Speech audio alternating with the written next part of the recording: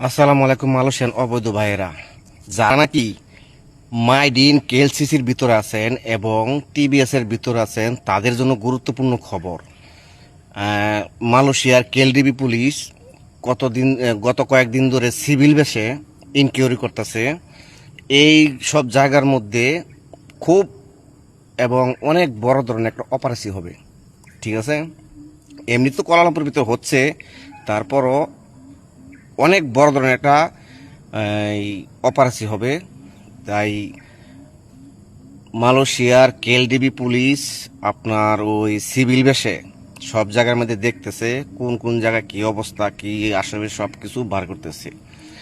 আমরা আপনার ওই খবর পাইছি, এজন্য আপনাদেরকে বলতেছি, আপনারা যারা নাকি মাইডিনের ভিতরে আছেন, টিবিএস এর ভিতরে আছেন, কেএলসিসির ভিতরে আছেন, আপনারা একটু সাবধানে থাকবেন।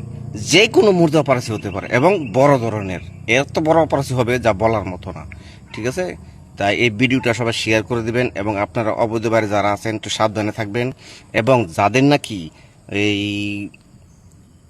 এক জায়গার বিষয় অন্য জায়গায় কাজ করতেছেন, তাদের জন্য আরো বেশি সমস্যা, ধরা পড়লে আর ছাড়বে না। ঠিক আছে, খুব খারাপ অবস্থা এখন।